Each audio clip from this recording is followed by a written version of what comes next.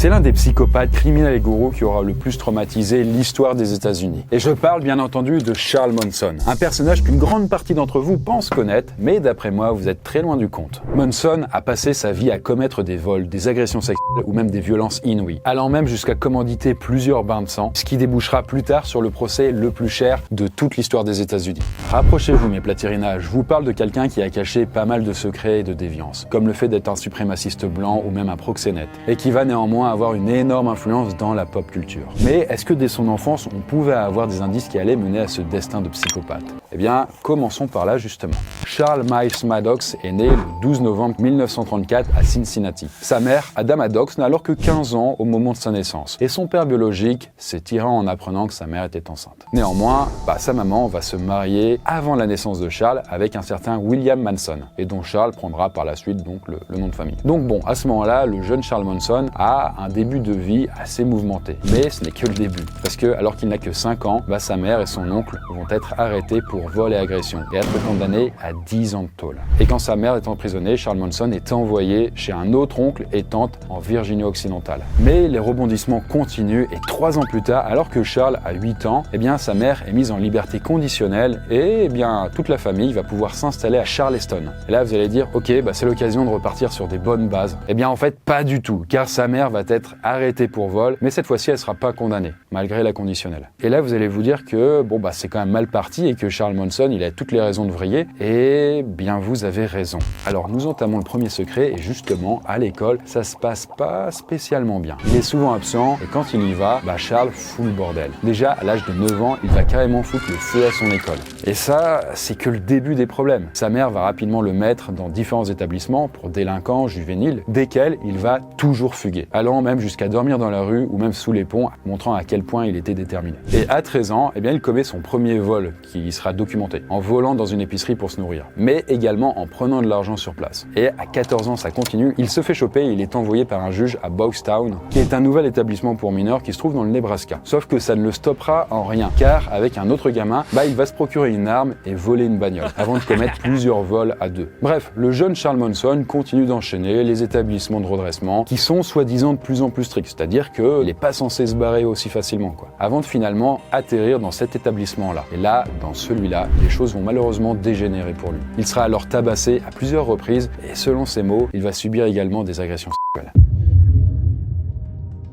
Et pour se protéger, Charles Manson va développer une technique d'autodéfense qu'il va appeler le jeu de folie. En fait, le principe, c'est de hurler, grimacer, tout en agitant les bras pour convaincre ses agresseurs, qui sont plus forts que lui, qu'il est fou. Ça les dissuade de se rapprocher. Bref, il va alors tenter de s'enfuir de cet établissement 18 fois, avant de finalement y parvenir. Néanmoins, à partir de là, il va finir par se faire choper par les flics au volant d'une voiture volée. Et là, être envoyé dans un nouveau établissement, d'abord à Washington, puis en Virginie. Donc vous le voyez sur la carte, il fait quand même du voyage. Et puis entre-temps, on va lui faire passer des tests d'aptitude, et sans trop de surprise, il ne sait même pas lire ni écrire, pourtant il a quand même un QI qui est supérieur à la moyenne. Et d'ailleurs, une assistante sociale va le qualifier de personne antisociale agressive. Bref, vous l'avez quand même compris, son enfance, son adolescence et même son début de vie d'adulte ont été plus que problématiques. Mais plus le temps va passer, plus les choses vont prendre des proportions graves. Et alors qu'il est interné dans un nouveau centre de redressement, qui là s'appelle Natural Bridge Honor Camp, qui se trouve en Virginie, Manson va avoir une audience pour négocier une liberté conditionnelle. Sauf que 1 mois avant cette audience, il fout tout en l'air. Parce que en effet, il est surpris en train d'abuser d'un autre gamin qu'il menace en même temps avec un couteau.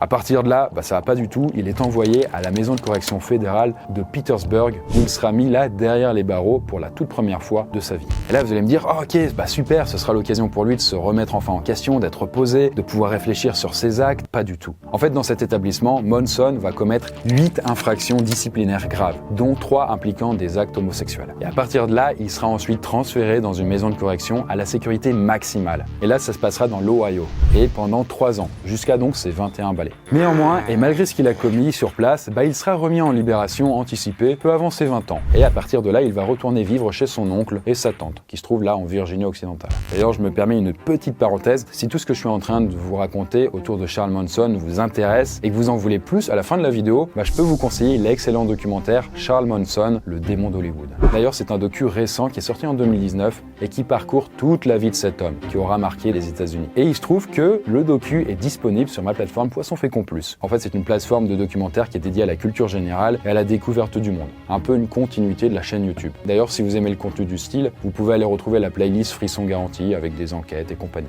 En ce moment, l'abonnement est réduit, donc profitez-en. Mais revenons à notre histoire. En fait, quelques mois après sa libération, Monson va se marier pour la première fois avec une certaine Rosie Jean. Et ça va être la toute première des nombreuses femmes qui vont faire partie de la vie de Monson. Il perd pas de temps puisque rapidement, Rosie Jean va tomber enceinte. Et là, vous allez dire, ok, c'est bon, Charles Monson va rentrer dans le droit chemin. Pas tant que ça.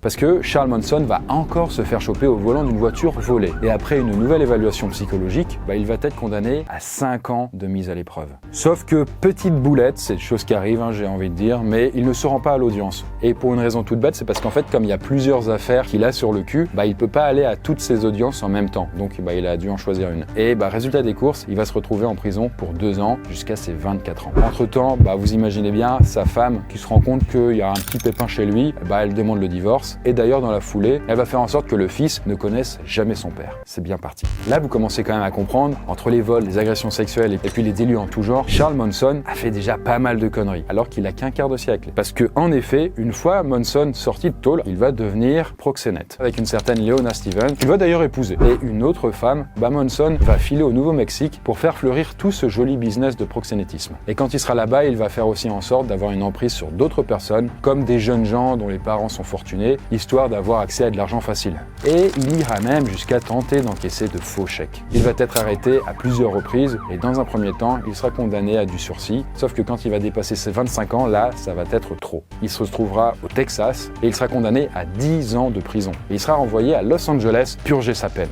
Ça rigole pas. 1 an plus tard, alors qu'il est toujours en tôle, il change de prison pour aller dans celle de l'État de Washington. Et là-bas, contre toute attente, il va se mettre à la musique. D'ailleurs, je vous l'expliquerai plus tard, mais la musique va radicalement changer sa vie. D'ailleurs, petite anecdote, mais à ce moment-là, il avait partagé la même prison que l'acteur Danny Trejo. Et entre-temps, écoutez, Leona Stevens obtient le divorce. En parallèle, de nouvelles évaluations psychologiques montrent que Charles Monson souffre d'une énorme volonté d'attirer l'attention sur lui. Bref, les années vont défiler et non pas 10 ans plus tard, mais 7 ans, donc il aura gagné 3 ans, il va pouvoir sortir de prison. Et à ce moment-là, il ressemblera à ça, il aura 32 ans. Ça paraît rien comme ça, mais à 32 ans, Charles Monson aura passé la moitié de sa vie, soit dans des centres spécialisés, soit directement en tôle. C'est quand même pas mal, quoi. Et là, ce qui paraît d'ailleurs assez fou, c'est que non seulement, il n'a pas pu s'échapper en 7 ans de prison, mais en plus, au bout de 7 ans, lui, il voulait même plus en sortir. Et il avait même fait une demande officielle pour rester en tôle, mais on lui a refusé, on lui a dit, non, c'est bon, Charles,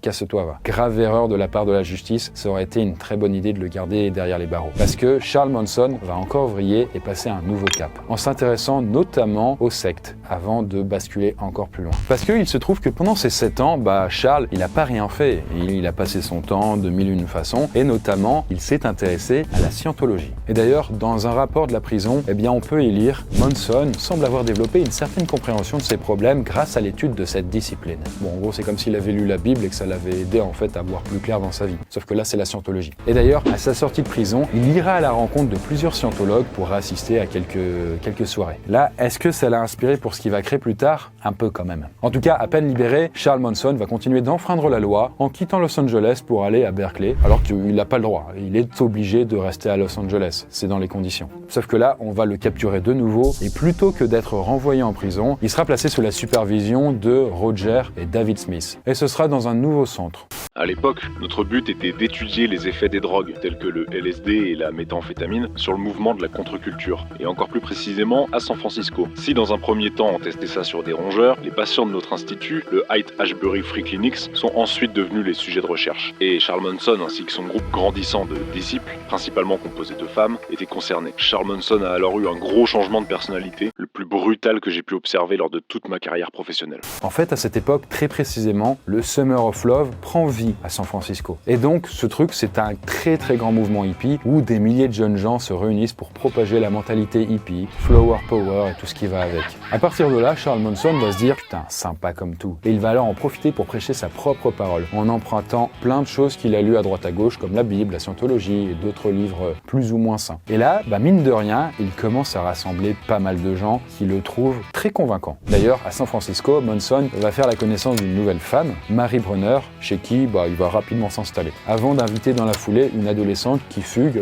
à venir chez eux. Là, vous dites, ok, c'était quand même un peu louche tout ça, mais vous avez raison. En fait, c'est simple, Monson manipule des gens qui sont en détresse émotionnelle et psychologique, ou qui sont en marge de la société. Et dans ce district de San Francisco où il est, Charles Monson s'impose petit à petit comme un gourou, formant un groupe d'adeptes au milieu de cette ferveur hippie. Et ce groupe va rapidement avoir un nom, c'est la Monson Family. Et à un peu plus de 33 ans, Monson et Mary Brunner, donc sa meuf, ont un enfant qui s'appelle Valentine et qui sera élevé par l'ensemble de la communauté sur laquelle il va avoir de plus en plus de contrôle. En fait, c'est simple, Charles Monson veut reprogrammer l'esprit de ses adeptes pour qu'ils soient plus dociles et qu'ils l'écoutent, en utilisant entre autres le LSD et en s'adonnant à des pratiques sexuelles non conventionnelles pour doucement mais sûrement les parasiter, quoi. En fait, Monson encourage ses voyages de groupe sous LSD. Et de son côté, bien évidemment, il prend des doses plus faibles pour rester à peu près lucide par rapport à ce que eux, ils se mettent dans le bec, quoi. Oh.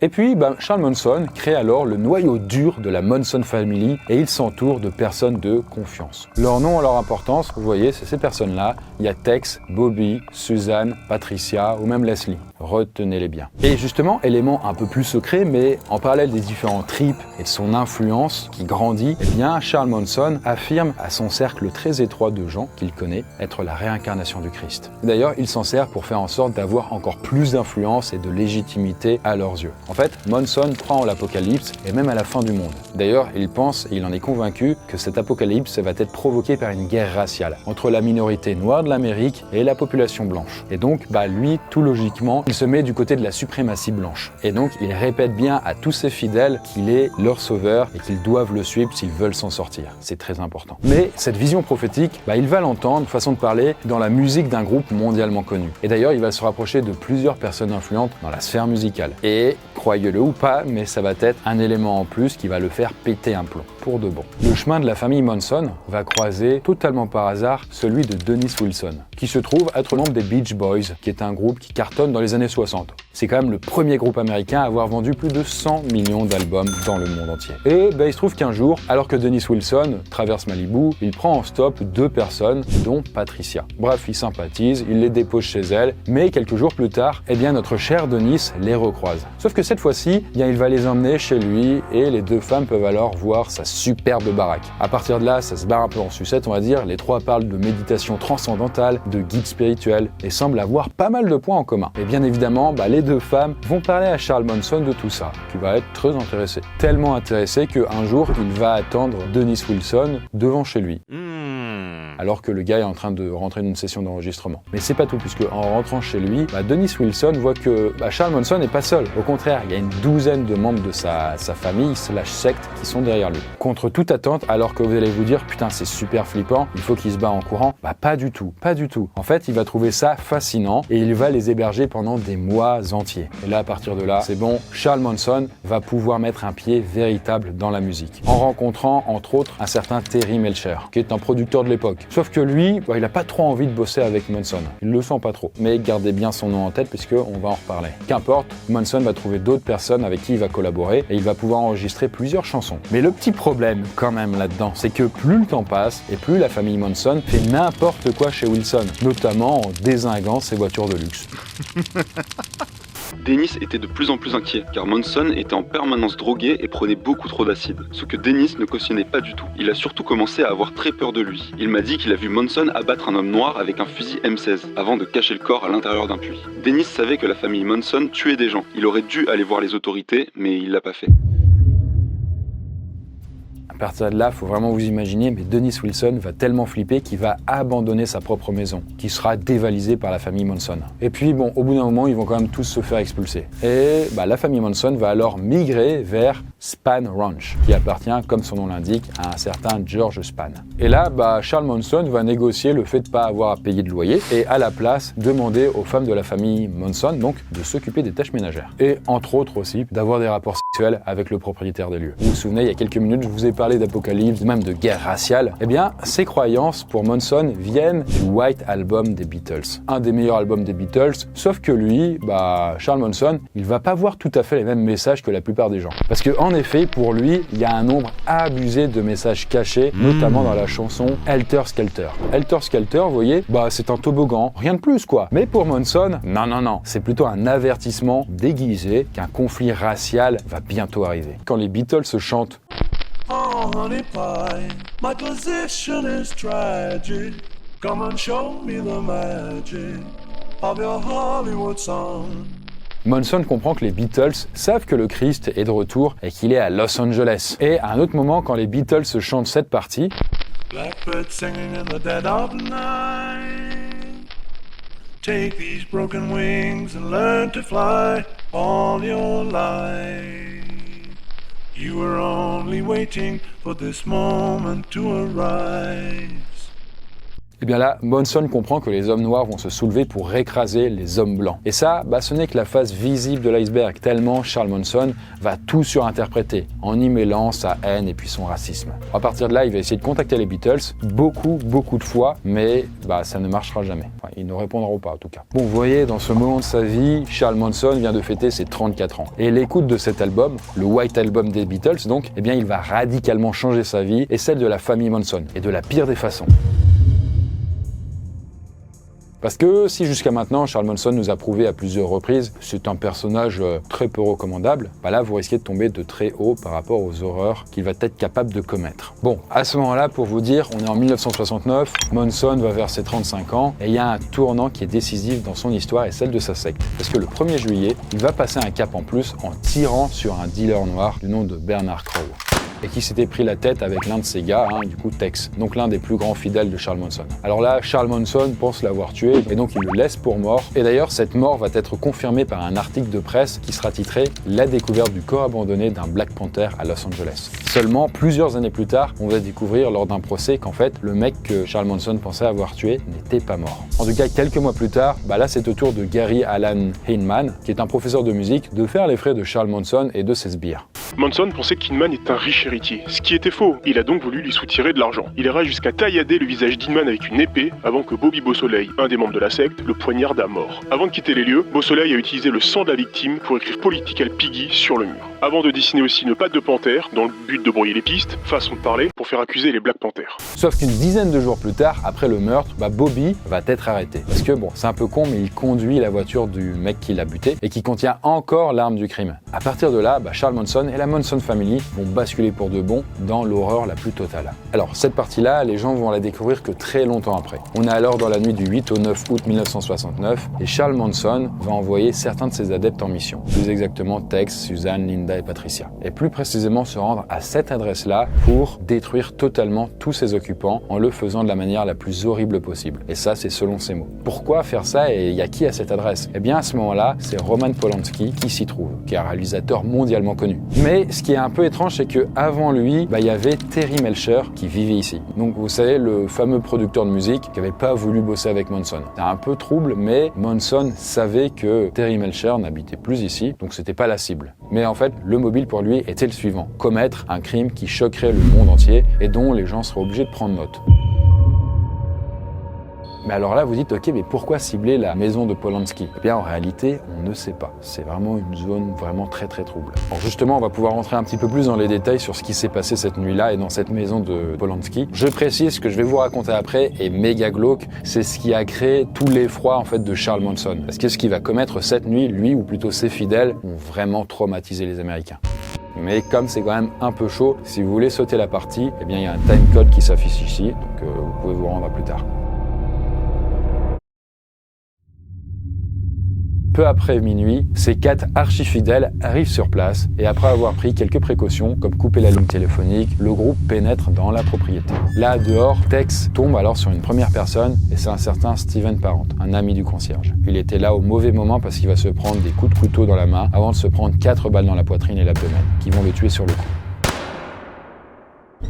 Là, les membres de la famille Manson entrent dans la maison et ils tombent sur Frykowski, qui est un ami de Polanski. Alors lui, il n'a pas le temps de comprendre quoi que ce soit, qu'il se prend déjà un coup de pied dans la tête. Suite à ça, Suzanne, donc l'une des 4 fidèles, va chercher les autres occupants de la maison pour les emmener de force dans le salon, avant de rapidement accrocher Sharon Tate et Jay Sebring par le cou, avec une sorte de longue corde, de sorte à pouvoir les suspendre sur les poutres du plafond du salon. Et pour préciser, en fait, Sharon Tate, eh bien, il se trouve que c'est la femme de Roman Polanski, et qui, en plus de ça, est enceinte de 8 mois et demi à ce moment-là.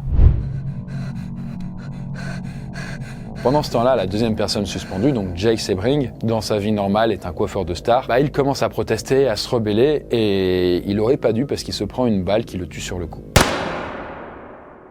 Pendant ce temps-là, Frykowski, qui s'était pris un coup dans la tête et qui entre-temps avait été attaché avec une serviette, avait réussi à se libérer et avait commencé à lutter. Sauf que là aussi, grave erreur, les 4 fidèles n'aiment pas du tout ça et alors ils l'assaillent de coups de couteau, plus précisément 51 coups qui ont été plantés. En plus de ça, Tex lui fracasse également le crâne avec son pistolet, il va carrément déformer l'arme et en faire même tomber un morceau, qui sera retrouvé plus tard. Et pour la dernière personne, qui s'appelle Abigail Folger, elle a réussi à quitter la maison, mais finalement, elle est rattrapée dans le jardin, elle se prend 28 coups de couteau. À partir de là, il ne reste plus que Sharon Tate, donc la maman enceinte, qui ne va pas avoir de traitement de faveur, bien au contraire, elle sera poignardée à 16 reprises et elle mourra du coup d'une hémorragie, alors qu'elle est toujours pendue. Et en plus de ça, pour terminer en beauté, Charles Manson demandera à ses fidèles de laisser un signe sur place, quelque chose de fort. Ils vont alors écrire le mot pig, donc cochon, sur la porte d'entrée avec le sang de Sharon Tate. Sauf que figurez-vous que ce n'est pas terminé et dès la nuit suivante, d'autres horreurs vont continuer. Et cette fois-ci, Charles Manson va y participer directement. Et en plus de ça, en plus des 4 fidèles qu'il avait déjà, il y a une autre personne qui va se rejoindre au groupe et c'est Leslie. Bon, à partir de là, il y aura juste Charles et Tex qui vont entrer dans un appartement. C'est celui du couple Leno et Rosemary LaBianca. Là, Manson va réveiller le couple et les attacher tous les deux dans le salon en leur disant qu'il vient juste là pour de l'argent. Sauf que lui, à partir de là, il va quitter l'appartement et passer la main à ses fidèles. À partir de là, je vous passe les détails, mais il va y avoir des dizaines et des dizaines de coups de couteau. Le couple sera donc tué et Helter Skelter sera écrit au sang sur le réfrigérateur. Et encore une fois, c'est une référence à la musique des Beatles. Pire que ça, c'est qu'une fois qu'ils auront terminé leur massacre, ils vont manger en se servant directement dans le réfrigérateur. Apparemment, ils auraient même joué un petit peu avec le chien avant de se doucher sur place et de repartir comme si de rien n'était. Pourquoi ce couple-là ? Eh bien, pour aucune raison. Ça aurait pu être n'importe qui d'autre. Mais heureusement, ça ne restera pas impuni et la chance va même jouer un rôle dans la suite des événements. Très rapidement, après ces 2 affaires sordides, les enquêtes vont rapidement débuter et inonder la presse nationale. Et même si au début, les médecins légistes vont vite voir que ces 2 affaires sont liées, les inspecteurs de police, au départ en tout cas, vont pas en tenir compte. Et d'ailleurs, à un moment, la police de Los Angeles va même déclarer qu'il n'y a aucun lien entre l'affaire Tate et LaBianca. Sauf que, avec le temps, les différents inspecteurs en charge des affaires vont être capables de relier toutes les tueries qui auront eu lieu. À partir de là, plusieurs semaines se passent et pour la famille Manson, tout va bien. Ils se disent c'est bon, voilà, on a fait notre truc, ils pensent déjà à autre chose. Sauf que à un moment, ils vont être tous arrêtés. Ce qui paraît un peu fou au début, mais ce sera pas du tout pour les meurtres, mais tout simplement parce que au départ, ils ont juste vandalisé une partie du parc national, en plus de faire partie d'un trafic de voitures volées. Donc rien à voir à la base. Sauf que petit à petit, alors qu'ils sont en tôle, avec les témoignages et les informations qui se recoupent, là on se rend compte que la famille Manson est peut-être responsable de toutes ces boucheries. À partir de là, les preuves deviennent vraiment béton et un énorme procès va commencer, avec beaucoup de membres de la famille Manson qui vont être accusés, et pour beaucoup de chefs d'accusation. Et quand le procès débute, personne ne le sait encore, mais ça va devenir le procès le plus cher de l'histoire des États-Unis,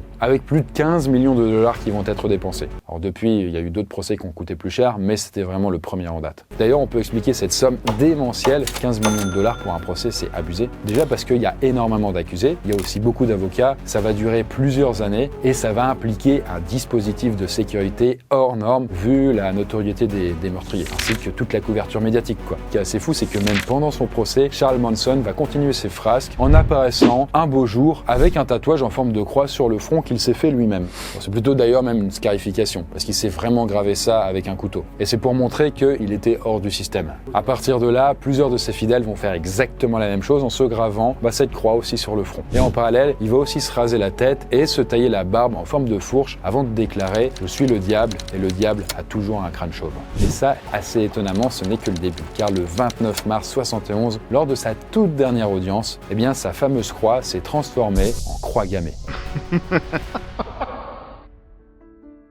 Alors à ce moment-là, il fait ça par provocation, mais aussi pour bien montrer sa haine des personnes qui ne sont pas blanches. Et Jeff Ginn, qui a écrit un bouquin sur Charles Manson, a d'ailleurs déclaré « C'est l'un des racistes les plus virulents qui ait jamais marché sur cette planète ». Bon, en parallèle de tout ça, comme le procès dure des années, eh bien il est perturbé en permanence. Durant tout le procès, les membres de la famille traînent près des entrées et des couloirs du palais de justice. Il y a des rassemblements sur le trottoir et certains membres portent carrément de gros couteaux de chasse à la ceinture, à la vue de tous. Et même si c'est légal, ça fait froid dans le dos. En plus de ça, certains membres actifs de la famille Manson essayent de dissuader d'anciens membres de témoigner, à travers différents coups de pression. Charles Manson, de son côté, n'est pas en reste, et lors d'une audition, il va carrément sauter par-dessus la table et essayer d'agresser le juge. Bon, finalement, Charles Manson est reconnu coupable de 7 chefs d'accusation de meurtre au premier degré, ainsi que de conspiration en vue de commettre un meurtre. Et le 22 avril 1971, alors qu'il est âgé de 36 ans, il est admis à la prison d'État du comté de Los Angeles. Alors, à ce moment-là, dans l'histoire des États-Unis, la peine de mort est toujours en vigueur, sauf qu'il y a des gros débats sur est-ce que c'est bien, est-ce que c'est pas bien, et finalement, Charles Manson ne sera pas condamné à mort, mais aura la prison à perpétuité, avec possibilité de libération conditionnelle. Et en tout cas, pendant toutes les années ensuite, il va plusieurs fois changer de prison. Elles seront toutes en tout cas situées là-dedans, en Californie. Et à partir de là, les choses vont aller un peu plus vite, les années vont passer, les décennies vont passer. Charles Manson va demander la libération conditionnelle, mais on va tout le temps lui refuser, et à 62 ans, donc 26 ans après son incarcération, la toute dernière, là, il va en avoir marre et il va plus se présenter aux audiences. Durant toutes ces longues années d'emprisonnement, il y a des nouveaux tests psychologiques qui sont faits sur lui. Et là, les psys sont assez catégoriques. Ils voient qu'il est schizophrène, ainsi que des troubles délirants paranoïaques selon certains rapports. Ou même de troubles bipolaires ou de psychopathie selon d'autres rapports. Bref, un joli palmarès. Qu'est-ce que ça signifie concrètement ? Ça fait que Charles Manson n'éprouve aucun remords sur tout ce qu'il a commis. Tous les meurtres, tous les crimes, les vols et compagnie, pour lui, c'est ok. Et d'ailleurs, il se rend pas non plus compte en fait de l'ampleur de tous ces crimes. Ce que ça a provoqué comme bordel en fait dans tout le pays et dans le monde entier. Et vous allez voir que dans la dernière partie qui nous attend, malgré le fait qu'il soit en train de croupir en prison, Charles Manson va continuer à fasciner énormément de personnes. Autant des anonymes que des gens beaucoup plus connus que ça. Alors le temps passe, et à ce moment-là, Charles Manson est âgé de 77 ans, et là, il fait sa 12e demande de remise en liberté conditionnelle. Là, encore une fois, elle est refusée. D'ailleurs, les juges sont tellement saoulés, ils lui disent que la prochaine fois que tu pourras faire une demande, mon petit Charles, ce sera en 2027. Et il aura alors 92 ans. Mais bon, lui, malgré son âge avancé, il se laisse pas abattre et il continue d'échanger par courrier avec beaucoup d'adorateurs, dont une certaine Afton Burton. Et donc au début, ils vont beaucoup échanger, par écrit avec des courriers et tout. Puis à un moment, elle sera tellement fan qu'elle va carrément déménager à proximité de la prison pour faire évoluer un peu plus leur relation. Sauf qu'elle, comme elle a pas d'argent, elle va se mettre à bosser au McDo pour pouvoir payer des choses à Manson, principalement de la nourriture, un peu plus qualitative qu'à la prison, quoi. À partir de là, elle va devenir sa compagne et leur histoire va durer plusieurs années. D'ailleurs, à un moment, il sera même question de mariage qui est possible en fait malgré le fait que Manson est emprisonné. Il faut vous dire qu'en fait Afton, donc sa petite amie, va devenir tellement accro qu'elle va prendre le look d'anciens membres de la famille Manson, notamment en se rasant le crâne et en se gravant une croix sur le front. Le mariage va jamais avoir lieu puisque globalement Charles Manson va la faire tourner en bourrique. En fait lui, ce qu'il voulait juste c'était obtenir de la bouffe et puis quelques faveurs sexuelles, mais il s'en foutait en fait de se marier avec elle. Il l'a manipulée tout du long, quoi. Puis voilà, quelques années plus tard, on est en 2017, Manson a alors 82 ans. Tout début de l'année, il est transporté d'urgence à l'hôpital parce qu'il a une hémorragie gastro-intestinale. Il est vieux, il est faible et les médecins à ce moment-là refusent de l'opérer parce que ce serait trop dangereux pour lui. Donc il peut pas être vraiment soigné. Il retourne alors à la case départ, là en prison. Et quelques mois plus tard, rebelote, il y a de nouveau un truc qui commence à dérailler dans son corps. Il est renvoyé à l'hôpital, sauf que là, il retournera pas en prison. Il mourra en fait dans l'hôpital d'une crise cardiaque à cause d'un problème respiratoire et de son cancer du côlon. Il aura alors 83 ans. Par la suite, il sera incinéré, mais pas sans rebondissement. Parce que ça, j'en parlerai dans le dernier secret, justement. En tout cas, en termes de célébrité, s'il y en a un qui s'est bien inspiré de lui, c'était notamment le chanteur Marilyn Manson, qui avait fait un mix entre Marilyn Monroe d'un côté et Charles Manson de l'autre. Mais Marilyn Manson avait poussé la chose encore plus loin en enregistrant certains morceaux de son album Portrait of an American Family dans la maison où Sharon Tate a été tuée. Et ça, vraiment, faut vous imaginer, c'est qu'un exemple parmi beaucoup d'autres. Par exemple, dans les années 90, X, Axl Rose, quel chanteur de Guns N' Roses, il monte souvent sur scène avec un t-shirt à l'effigie du psychopathe. D'ailleurs, il reprend aussi toute une chanson qu'avait écrit Charles Manson, donc Look at Your Game, Girl. Et pour terminer la vidéo, laissez-moi vous raconter le dernier secret. En fait, tout à l'heure, je vous ai dit que le corps de Charles Manson avait été incinéré après sa mort, mais je vous ai pas raconté toute l'histoire. Parce qu'en effet, après sa mort, plusieurs personnes réclament sa dépouille. Michael Brunner, qui est l'un de ses fils, Matthew Roberts, un autre fils prétendu, Jason Freeman, un de ses petits-fils, et finalement Michael Channels, un prétendu ami de Manson. Et la justice ne savait pas trop quoi faire, et elle a mis des semaines, voire même des mois à trancher. Et pendant tout ce temps-là, le corps de Charles Manson a été congelé pour attendre la sentence, quoi. Et finalement, il s'est quand même écoulé 113 jours entre sa mort et le verdict de la cour, qui a tranché en faveur du petit-fils, c'est-à-dire Jason Freeman, qui, de son côté, a choisi d'incinérer son grand-père 8 jours plus tard. Bref, aujourd'hui, Charles Manson, ça fait déjà 7 ans qu'il est mort, et malgré tout, il continue vraiment de fasciner encore autant les États-Unis, et même globalement le monde entier. En tout cas, si son histoire vous a plu, n'hésitez pas à voir celle que j'ai faite sur Saddam Hussein ou même El Chapo, qui sont aussi deux sacrés personnages. Bref, sur ce, il est l'heure pour moi de vous dire à très bientôt, à la semaine prochaine, peut-être dans la prochaine vidéo.